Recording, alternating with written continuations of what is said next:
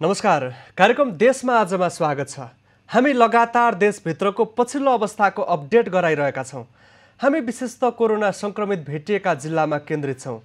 त्यहाँको अवस्था, कोरोना संक्रमितसँग सम्पर्कमा भएका व्यक्तिहरूको पहिचान गर्ने काम, परीक्षण गर्ने काम कसरी भइरहेको छ र संक्रमितको पछिल्लो अवस्था कस्तो छ र जिल्लाभित्र स्थानीय तहले गरेको व्यवस्थापन कस्तो छ, विभिन्न प्रदेश सरकारसँग समन्वय कसरी भइरहेको छ, अत्यावश्यक सामग्रीको अवस्था कस्तो छ, स्वास्थ्य पूर्वाधार कतिको पर्याप्त छ र सीमा नाकामा के कस्तो सावधानी अपनाइएको छ र संक्रमित भेटिएका जिल्लाको पछिल्लो व्यवस्था के भइरहेको छ, यस्तै आम जनजिज्ञासालाई हाम्रा विभिन्न जिल्लामा रहनुभएका संवाददाता, त्यहाँका प्रमुख जिल्ला अधिकारी, विभिन्न स्थानीय तहका प्रमुख, जनस्वास्थ्य कार्यालयका पदाधिकारीहरूबाट हामीले जानकारी लिइरहेका छौँ।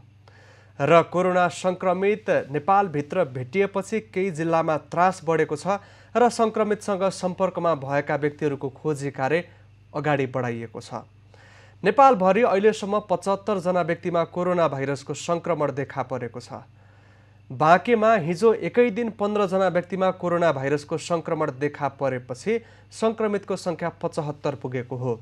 शुक्रबार एकजना व्यक्तिमा संक्रमण देखा परेको थियो र संक्रमितसँग सम्पर्कमा भएका व्यक्तिहरूको पहिचान गरेर नमुना सङ्कलन गरेर परीक्षणको लागि भेरी अस्पताल पठाइएको थियो र अस्पतालमा नमुना सङ्कलन गरिएको सङ्कलित नमुना परीक्षणका क्रममा 15 जना व्यक्तिमा कोरोना भाइरसको संक्रमण देखा परेको हो।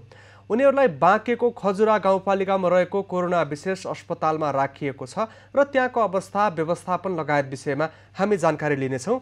हामीसँग खजुरा गाउँपालिकाका अध्यक्ष तथा कोरोना विशेष अस्पतालका व्यवस्थापकसँग हामी सम्पर्क गर्ने प्रयास गरिरहेका छौँ। उहाँसँग प्राविधिक परीक्षणको काम भइरहेको छ। त्योभन्दा अगाडि हामी बाराको पछिल्लो अवस्थाको जानकारी लिन्छौँ। बाराबाट सम्पर्कमा हुनुहुन्छ संवाददाता इन्दीप कोइराला। इन्दीप, बारामा संक्रमित भेटिएपछि उहाँसँग सम्पर्कमा आउनुभएका व्यक्तिहरूको खोजी कार्य सकिएको हो? पक्कै पनि विष्णु, बारामा गत बुधबार 2 जनालाई कोरोना संक्रमित भेटिएपछि उनीहरूसँग सम्पर्कमा आएका मानिसहरूका खोजी कार्यमा जिल्लाको महानगरले हामीलाई जानकारी गराइरहेको छ। यद्यपि अहिलेसम्म उनीहरूसँग आएको संक्रमणलाई के गर्ने, भेटिएका मानिसलाई के गर्ने भनेर त्यसलाई ठोस निर्णय गर्न नसके तापनि हालसम्म उनीहरूको सम्पर्कमा आएका मानिसहरूको पहिचान सकिसकेको जनाएका छन्। नगरपालिकाले बताएको छ उनीहरूसँग आएका सम्पर्कमा आएका करिब 100 जना जति मानिसलाई 100 जना जति मानिसको पहिचान भइसकेको र अन्य अरू पनि आउन सक्ने सम्भावना रहेकोले खोजी कार्य मात्र भइरहेको छ।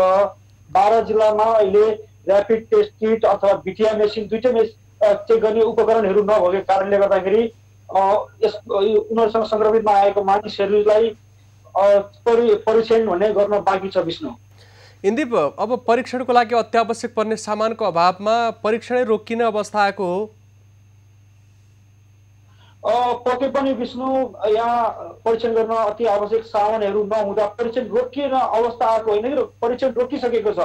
यहाँ बारा जिल्लामा अहिले तत्काल परीक्षण गर्नु किटहरू केही पनि उपकरणहरू केही पनि नभएको कारणले गर्दाखेरि परीक्षणमा पूर्णरूपमा प्रभाव परेको छ र उनीहरूको पहिचान मात्र हुन सकेको छ। उनीहरूको स्वाब कलेक्सन गर्ने अथवा उनीहरूको ऱ्यापिड चेक गर्ने कार्यहरू अहिले केही पनि भएको छैन।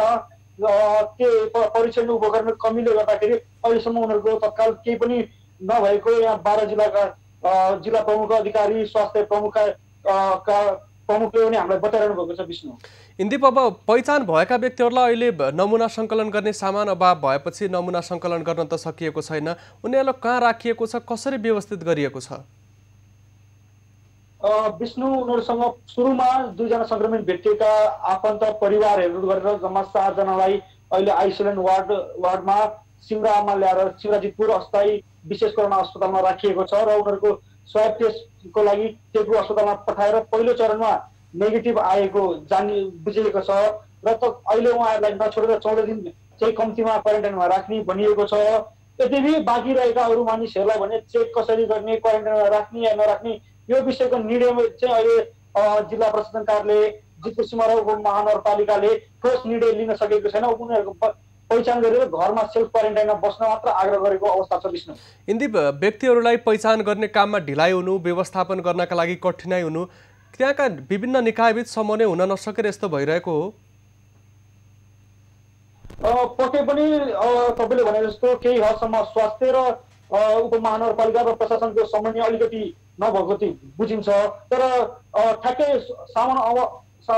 उपकरणको अभावले गर्दा पनि यस्तो भएको हुन सक्ने मूल्याङ्कन हामीले गरेका छौँ। यद्यपि अहिलेसम्म को आयो उनीहरूको नामदेखि लिएर उनीहरूको सम्पर्क नसक्न राख्ने एउटा तथ्याङ्क चाहिँ उपमहानगरपालिका र जिल्ला प्रशासन कार्यालयले गरेको छ।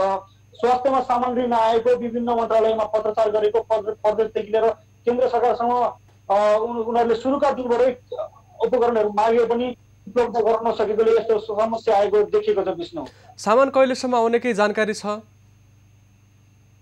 मैले बारा जिल्लाका सिडिओ साहबसँग कुरा गरेको थिएँ। उहाँले हिजो हामीले कुरा गर्दाखेरि भोलिसम्म आउने भनेर भन्नुभएको थियो।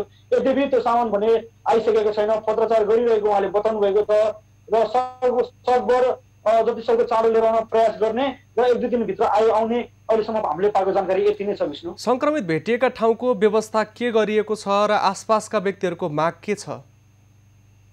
पक्कै पनि विष्णु, जितपुर सीमा र उपमहानगरपालिकामा 2 वडाबाट मान्छेहरू संक्रमित भेटिएको थियो। एउटा वडा नम्बर 7 र एउटा वडा नम्बर 19।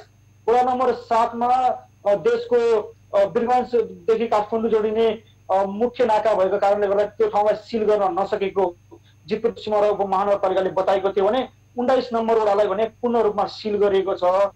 यद्यपि वडा सिल गरेपछि त्यहाँनिर हुनुपर्ने तत्काल गरिनुपर्ने टेस्ट परीक्षणका कार्यहरू भने चाहिँ गरिएको छैन, जसले गर्दा स्थानीयमा त्रास बढेको छ।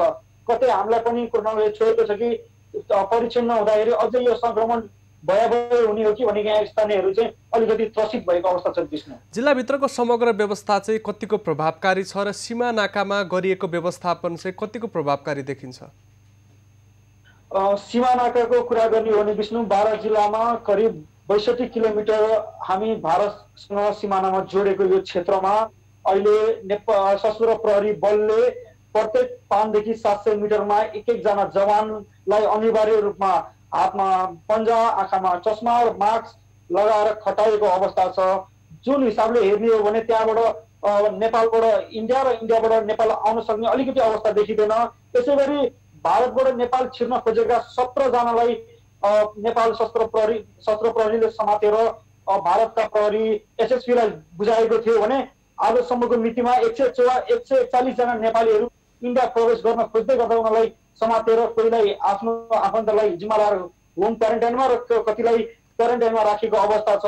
अनि यसै गरी बारा जिल्लामा 16 स्थानीय तह रहेका छन्, जसमा चाहिँ अहिले सबैजना 16 स्थानीय तहमा गरेर 470 वटा आइसोलेसन 470 वटा क्वारेन्टाइन बेड भएको बनेको छ। 470 वटा चाहिँ बेड चाहिँ 16 वटा स्थानीय तहमा रहेका छन् भने जम्मा 48 वटा आइसोलेसन सेन्टर बारा जिल्लामा छ। जुन यो अहिले कोरोना देखिएको छ यसको भयावह स्थिति आयो भने अथवा महामारीको रूपमा अहिले लियो भने बारा जिल्लामा बनाएको यो क्वारेन्टाइन र आइसोलेसन पर्याप्त छैनन्, जसले गर्दा पनि यहाँको आम सर्वसाधारणहरू अलिक चिन्तित भएको अवस्था छ। विष्णु, धन्यवाद इन्दीप। हुनुहुन्थ्यो संवाददाता इन्दीप कोइराला। बाराको पछिल्लो अवस्थाको जानकारी लियौँ। बारा जिल्लामा 2 जना व्यक्तिमा कोरोना भाइरसको संक्रमण देखा परेको थियो। संक्रमित व्यक्ति पर्साको वीरगञ्ज नारायणी उपक्षेत्रीय अस्पतालमा उपचार गराइरहनु भएको छ र संक्रमितसँग सम्पर्कमा आएका केही व्यक्तिहरूको पहिचान भए पनि अन्य व्यक्तिहरूको पहिचानको काम प्रभावकारी तरिकाले अगाडि बढ्न सकेको छैन। किट लगायतका अत्यावश्यक सामानको अभाव भएको छ र नमुना सङ्कलन गर्ने सामान अभावले स्वास्थ्य कर्मीहरूले काम गर्न पाएका छैनन्। चेक जाँच प्रक्रिया प्रभावकारी हुन पाएको छैन र व्यक्तिहरूको सम्पर्कमा रहेका व्यक्तिहरूलाई पहिचान गरे पनि उनीहरूको भने नमुना सङ्कलन हुन सकेको छैन र उनीहरू त्रासमा रहेका छन्। र संक्रमित भेटिएको जिल्लाको संक्रमित भेटिएका स्थानीय तहको वडाभित्र पनि सिल्ड गरिएको अवस्था छैन। एउटा वडालाई सिल्ड गरिए पनि अर्को वडामा भने व्यक्तिहरू निर्बाध तरिकाले आवत जावत गरिरहेको अवस्था छ र अत्यावश्यक सामान अभावले परीक्षण हुन नसक्दा संक्रमितको सङ्ख्या बढ्न सक्ने र एउटा व्यक्तिबाट अर्को व्यक्तिमा सर्दै समुदाय नै संक्रमित हुन सक्ने आशंका बढेको भनेर त्यहाँका स्थानीयले चिन्ता व्यक्त गरिरहेका छन्। बाँकेमा हिजो एकै दिन 15 जना व्यक्तिमा कोरोना भाइरसको संक्रमण देखा परेको थियो। शुक्रबार एकजना व्यक्तिमा सङ्क्रमण देखा परेपछि उनीसँग सम्पर्कमा भएका व्यक्तिको खोजी गरिएको थियो र अस्पतालमा परीक्षणका लागि पठाइएका नमुनामध्ये 15वटा नमुनामा कोरोना भाइरसको सङ्क्रमण देखा परेको थियो। अन्य नमुनाको नतिजा आउन बाँकी रहेको छ र सङ्क्रमित भेटिएका व्यक्तिलाई खजुरा गाउँपालिकाको कोरोना विशेष अस्पतालमा राखिएको छ। त्यहाँको समग्र व्यवस्थापनको विषयमा हामी खजुरा गाउँपालिकाका अध्यक्ष किस्मत कुमार कक्षपतिसँग संवाद गर्दैछौँ। उहाँ कोरोना विशेष अस्पतालका व्यवस्थापक पनि रहनु भएको छ। अध्यक्ष, यहाँलाई स्वागत छ। अध्यक्षज्यू, मेरो आवाज सुन्दै हुनुहुन्छ? हजुर हजुर। अब यहाँको स्थानीय तहभित्र रहेको कोरोना विशेष अस्पतालमा कोरोना सङ्क्रमित व्यक्तिहरूलाई राखिएको छ, त्यहाँको व्यवस्था कस्तो छ, पूर्वाधारको अवस्था कस्तो छ, जानकारी गराइदिनुहोस् न। अस्ति भर्खरै 2 दिन पहिले नेपालमा एउटा पोजिटिभ केस देखिएको थियो कि हामीले चाहिँ आइसोलेसन अस्पताल कोरोना विशेष आइसोलेसन हस्पिटल खजुरामा ल्याएर भर्ना गरियो। हिजो मात्रै फेरि थप 15 जनामा पोजिटिभ केस देखियो। अहिले 16 जना पोजिटिभ केस र 1 जना नेगेटिभ केसवाला 17 जना नागरिकहरू अहिले कोरोना विशेष आइसोलेसन हस्पिटल खजुरामा हुनुहुन्छ। उहाँहरूको स्वास्थ्य अवस्था स्थिर छ। अब उहाँहरू सङ्क्रमित भेटिनु भएका व्यक्तिहरूको स्वास्थ्य अवस्था जटिल त छैन, तर पनि अब स्वास्थ्य अवस्था जटिल बन्न सक्ने अवस्थालाई मध्यनजर गर्दै पूर्वाधारको तयारी के कसरी मिलाइएको छ र संरचनाको अवस्था कस्तो छ, कति जति शय्या क्षमताको आइसोलेसन कक्ष निर्माण गरिएको छ? हाम्रो यो खजुरा स्टेट क्यान्सर हस्पिटलमा 20वटा मेल 20वटा फिमेल 40 बेडको बेड छ। 6वटा बेडको आइसियु छ र 2टा भेन्टिलेटर हामीसँग अपडेट छ। हामीसँग 3वटा भेन्टिलेटर बेडको व्यवस्था गरेका छौँ, तर एउटा भेन्टिलेटर आइपुगेको अवस्था छैन। एजेबल टोटल गरेर 49 बेडको हाम्रो आइसोलेसन हस्पिटल तयार भइसकेको अवस्था हो र यो आइसोलेसन हस्पिटल तयार भइसकेपछि नजिकका नागरिकहरू अलिकति आतंकित भएको हामीले गरेका छौँ। त्यही पनि हामीले उहाँहरूलाई एवारनेस प्रोग्राम भनेर उहाँलाई सचेत गरिराखेका छौँ। लकडाउनलाई पूर्ण रूपले पालना गर्न हामीले उहाँलाई अनुरोध पनि गरेका छौँ। जहाँसम्म नेपालगञ्जमा जुन यो देखिएको छ यो चाहिँ पिसिआर टेस्टबाट, अहिले पिसिआर टेस्टबाट जुन सङ्ख्यामा पोजिटिभ रिपोर्ट आइराखेको छ त्यही सङ्ख्यामा आउने भने नेपालगञ्जको अवस्था अलिकति भयावह अवस्था देखिन्छ।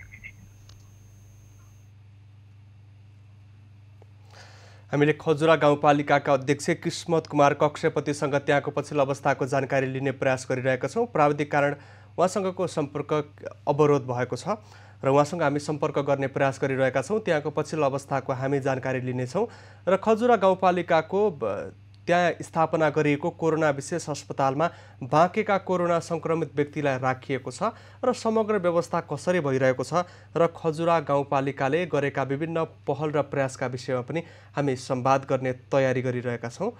र सीमा क्षेत्रसँग जोडिएको खजुरा गाउँपालिकामा पनि व्यक्तिहरूले त्रासको महसुस गरिरहनु भएको त्यहाँबाट जानकारी आएको छ र सीमा नाकामा व्यक्तिहरूलाई नेपाल प्रवेश गर्न रोक्नु चुनौतीपूर्ण देखिएको छ र विभिन्न गाउँपालिकाले नगरपालिकाले गरेको कामहरू, केही नगरपालिका गाउँपालिकाले गरेको काम अत्यन्तै उदाहरणीय पनि छ र खजुरा गाउँपालिकामा कोरोना विशेष अस्पताल निर्माण गरिरहँदा त्यहाँ भेन्टिलेटरको पनि सुविधा राखिएको छ, तर पर्याप्त मात्रामा भने छैन। हामीसँग किस्मत कुमार कक्षपति खजुरा गाउँपालिकाका अध्यक्ष हुनुहुन्छ, उहाँ टेलिफोन सम्पर्कमा रहनु भएको छ। यहाँलाई फेरि स्वागत छ र अब हामी अघिकै विषयलाई निरन्तरता दिन चाहन्छौँ। कोरोना विशेष अस्पतालमा अहिले शय्या पर्याप्त भएको त जानकारी गराउनु भयो, त्यहाँ स्वास्थ्य पूर्वाधार स्वास्थ्य कर्मीहरूको अवस्था चाहिँ कस्तो छ? स्वास्थ्य पूर्वाधार स्वास्थ्य कर्मीको अवस्था अहिले स्ट्यान्ड बाई नै छौँ।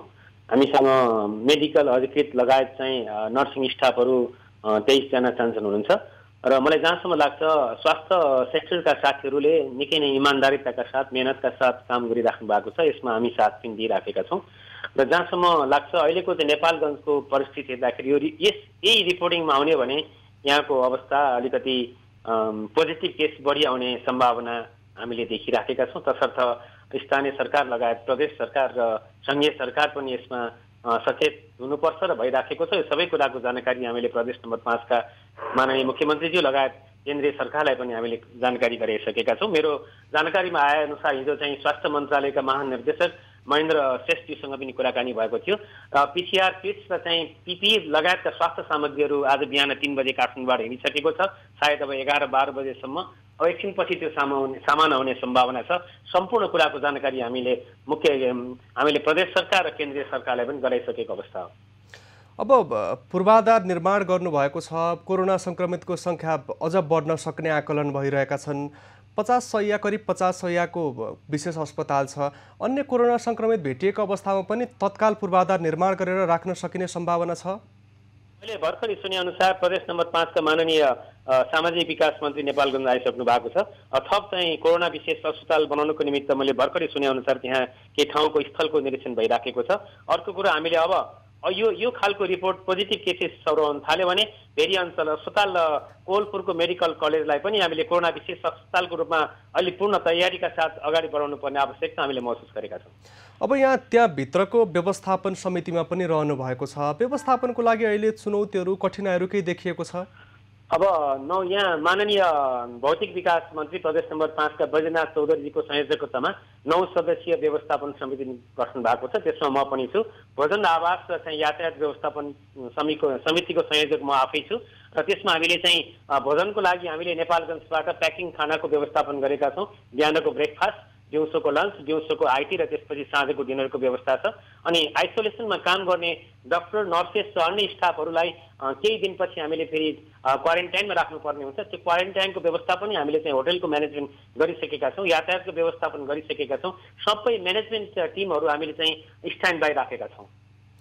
अब क्वारेन्टिनभित्र, आइसोलेसनभित्र बस्ने व्यक्तिहरू लामो समय बस्नुपर्ने हुन्छ। उहाँहरूको लागि व्यवस्थापन सुविधाहरू के कति छन्?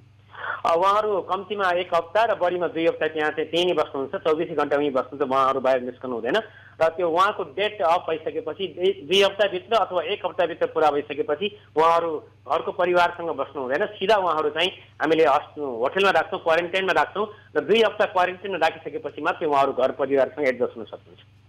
अब यहाँको गाउँपालिका पनि सीमा क्षेत्रसँग जोडिएको छ। गाउँपालिकाभित्र व्यवस्थापन कसरी गरिरहनु भएको छ र अब सङ्क्रमितलाई नै ल्याएर कोरोना विशेष अस्पतालमा राख्नु भएको छ? हुन त यहाँहरूले सुरक्षित तरिकाले ल्याएर राखिरहनु भएको छ, तर पनि त्यस क्षेत्रका नागरिकहरूको आवाज चाहिँ के छ? त्रसित अवस्थामा हामीले देखेका छौँ। त्यही पनि हामीले काउन्सिलिङ गरिसकेका छौँ। खजुरा गाउँपालिका पनि भारतीय सीमासँग जोडिएको गाउँपालिका हो। त्यहाँ सशस्त्र प्रहरीले चाहिँ सीमामा बसिराख्नु भएको छ। हामी पनि प्रत्येक 2 दिनमा 1 दिनमा चाहिँ सीमामा गएर जनप्रतिनिधिहरूले पनि त्यहाँ उहाँहरूले सहयोग गरिराख्नु भएको छ। खास समस्या भनेको छ बोर्डरलाई टोटली सिज गर्न हामीले सकेनौँ भने अवस्था अझै पनि भयावह हुन्छ। जुन कम्युनिटीबाट यो चाहिँ भइराखेको छ, जस्तै अब त्यो तपाईँको मस्जिदमा बस्नुहुन्छ, उहाँ धर्मगुरु पनि हुनुहुँदो रहेछ। त्यसपछि त्यहाँ पठन पाठन गर्ने विद्यार्थीदेखि लिएर त्यसपछि सबैको ऱ्यापिड टेस्ट, PCR टेस्ट गराउनु पर्ने आवश्यकता हुन्छ र PCR टेस्टको लागि यो चाहिँ काम पनि सुरु भएको जानकारी मैले पाएको छु। हुन्छ, धन्यवाद दिन चाहन्छु। उहाँ हुनुहुन्थ्यो बाँकेको खजुरा गाउँपालिकाका अध्यक्ष किस्मत कुमार कक्षेपति। बाँकेको खजुरा गाउँपालिकामा निर्माण गरिएको कोरोना विशेष अस्पतालमा बाँकेका कोरोना सङ्क्रमित व्यक्तिलाई ल्याएर राखिएको छ। त्यहाँको व्यवस्थापनको विषयमा हामीले जानकारी लियौँ र विशेषज्ञ चिकित्सक र नर्सको टोली त्यहाँ तैनात गरिएको छ र सेवामा खटाउनका लागि तयार बनाएर पठाएको स्वास्थ्य मन्त्रालयले बताइरहेको छ र कोरोना विशेष अस्पतालको शय्या क्षमता बढाउने र अन्य ठाउँमा पनि अस्पताल निर्माण गर्ने विषयमा छलफल थालिएको छ र खजुरा गाउँपालिकाले पनि सीमा क्षेत्रबाट भएको चुनौतीलाई मूल्याङ्कन गर्दै विभिन्न किसिमका योजना अगाडि बढाएको छ। बाँकेमा एकै दिनमा 15 जना व्यक्तिमा कोरोना भाइरसको सङ्क्रमण देखियो र सङ्क्रमण देखिसकेपछि त्यहाँ त्रास बढेको छ र प्रदेश सरकारका विभिन्न पदाधिकारीहरू पुगेर नागरिकहरूसँग दूरी कायम गरेर संवादको काम गरिरहनु भएको जानकारी प्राप्त भएको छ। हामी बागलुङको पछिल्लो अवस्थाको जानकारी लिन्छौँ। बागलुङबाट सम्पर्कमा हुनुहुन्छ संवाददाता राजेश चन्द्र राज भण्डारी। राजेश, बागलुङमा 2 जना व्यक्तिमा सङ्क्रमण देखिएर दुवैजना अस्पतालबाट फर्किसक्नु भएको छ। त्यसपछि बागलुङको पछिल्लो अवस्था चाहिँ के छ? विष्णु, बागलुङबाट 2 जना जुन कोरोना सङ्क्रमित बिरामीहरू थियो, 2 जना बिरामीहरू अस्पतालबाट सफल उपचारपछि तिनीहरू डिस्चार्ज भए। डिस्चार्ज भएपछि बागलुङको चाहिँ अहिले कोरोना चाहिँ साँच्चै नै बागलुङबाट मुक्त भयो, गण्डकी प्रदेशबाट मुक्त भयो भन्ने एउटा किसिमको भरम यहाँ सिर्जना भएपछि अहिले बागलुङको चाहिँ जनजीवन चाहिँ अस्तव्यस्त नै देखिन्छ। मान्छेहरूले लकडाउनको त्यति राम्रो पालना गरेका पनि छैनन्। अहिले लगभग नेपाल बन्द जस्तो देखिन्छ अहिलेको अवस्था हेर्दाखेरि। अब त्यहाँ कोरोना विशेष अस्पतालको रूपमा त्यहाँको धौलागिरी उपप्रादेशिक अस्पताललाई बनाएर कोरोना संक्रमितको त्यहाँ राखेर उपचार गरियो। त्यसपछि अस्पतालले पछिल्ला अन्य सेवाहरू दिन थालेको विषयमा के जानकारी छ? धौलागिरी अञ्चल अस्पताल अहिले धौलागिरीको प्रादेशिक अस्पतालमा भएको छ। यहाँ चाहिँ जुन दिने सेवाहरू हो, डायलिसिस सेवा, इमर्जेन्सी सेवा, अरू जुन अब गर्भवती सेवा, जुन हस्पिटलले नियमित रूपमा जुन दिने सेवाहरू हो, ती सेवाहरू चाहिँ अहिले पनि दिइराखेको अवस्था छ। तर सामान्य खालका चाहिँ जुन बिरामीहरू, सामान्य खालका जुनहरू नगए पनि नहुने जुन बिरामीहरू थिए, ती त्यस्ता खालका मान्छेहरू पनि अहिले अस्पतालमा चाहिँ जाने, एकजनासँग 5 जना 7 जना पनि पार्लार जाँदाखेरि अहिले सयौंको सङ्ख्यामा अस्पतालमा भिड लाग्ने गर्दाखेरि अस्पतालका स्वास्थ्य कर्मीहरू अहिले चाहिँ त्रसित भएको अवस्था छ। विष्णु, राजेश, जिल्लामा आरडिटी पिसिआर परीक्षणको कामले निरन्तरता पाइरहेको छ कि रोकिएको छ? पहिला चाहिँ जुन पहिलो चरणमा जुन रूपमा रफ्तारमा भयो, लगभग अहिले चाहिँ भएको चाहिँ छैन चाहिँ। अब स्थानीय तहहरूले व्यवस्थापन कसरी गरिरहेका छन्? त्यसपछि प्रमुख जिल्लाधिकारीको नेतृत्वमा भएको समितिको पछिल्लो क्रियाकलाप चाहिँ के छ? लकडाउन प्रभावकारी कार्यान्वयन नहुँदा व्यक्तिहरू सामाजिक दूरी कायम नराखी भिडभाड हुँदा बजार पसलहरू खोलिरहँदाखेरि त्यसको व्यवस्थापन किन हुन सकिरहेको छैन? यो जुन अब जुन लकडाउनलाई जुन पूर्ण रूपमा पालना गर्नुपर्ने हो, त्यो पूर्ण रूपमा चाहिँ यो 1 हप्तादेखि त्यो चाहिँ छटाछुल्लो भएको छ। धेरै जसो पसलहरू खुल्ने, प्रहरी आगो देखेपछि मात्रै बन्द गर्ने, त्यस्तो किसिमको भइरहेको छ। र स्थानीय निकायले पनि यसलाई त्यति ध्यान पुर्याएको र लकडाउनलाई चाहिँ सहयोग गरेको चाहिँ देखिँदैन। विष्णु, अहिले जिल्लाभित्र व्यक्तिहरू प्रवेश गर्ने र बागलुङबाट व्यक्तिहरू अन्य जिल्ला जाने क्रम कस्तो छ? अहिले पनि बाहिरबाट जुन अब काठमाडौँमा रहेका, चितवनमा रहेका, अरू जिल्लामा रहेका व्यक्तिहरू तिनीहरूलाई चाहिँ गाडीमा ल्याउने, बसमा ल्याउने क्रम अस्तिसम्म चलिरहेको थियो भने अहिले फेरि यहाँबाट विभिन्न बाहना बनाएर पास बनाउने, अब रिफरै गर्नु नपर्ने बिरामीको पनि रिफर चाहियो, कागज चाहियो भनेर हस्पिटलमा जाने, विभिन्न किसिमका दबाव र प्रभावमा पारेर यहाँबाट बाहिर जाने क्रम पनि चलिरहेको छ। विष्णु, जिल्लातर्फको सीमानाकामा न्यूनतम सावधानी अपनाइएको छ कि छैन? सावधानी अपनाइएको छ भने के कस्तो व्यवस्था छ?